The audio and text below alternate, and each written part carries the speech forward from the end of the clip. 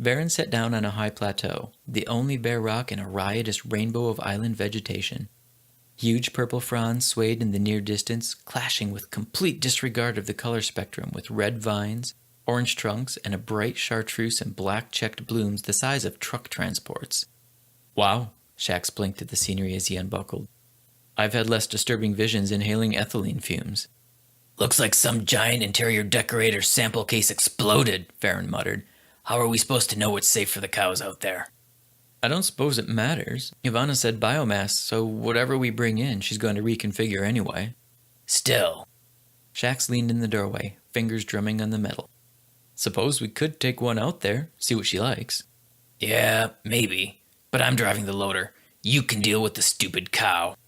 Thanks, Ver. You always know how to make me feel special. So, how does one take an anti-grav cow for a walk? Shax stood on the landing with a coil of rope he had dug out of storage under the decking.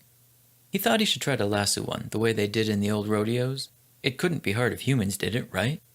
With a good slip knot and a cow head-size loop in the end of the rope, he swung it overhead in preparation of cow snaring. On the first swing, the rope hit the door and snagged. With what he felt was infinite patience, creative swearing aside, Shax unhooked the rope, gave himself more room, and tried again. The loop flew toward the cow this time. She obligingly moved at the last moment so it hit her in the flank. Determined not to be outdone by historical humans in ridiculous hats, he kept trying. Each throw failing more spectacularly than the last as the cows scattered, disturbed by his flailing attempts.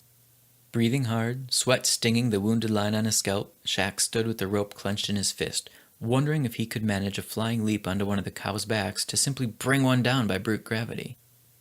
Something warm and wet nudged his ear. Startled, he turned to find himself staring into a large, long-lashed bovine eye.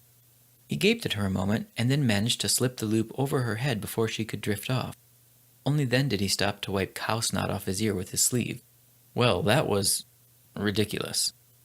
He found, though, that once he had the rope secured, he could tug on it and the cow floated behind him quite placidly. Finally, the notion of anti-grav cows made some sense.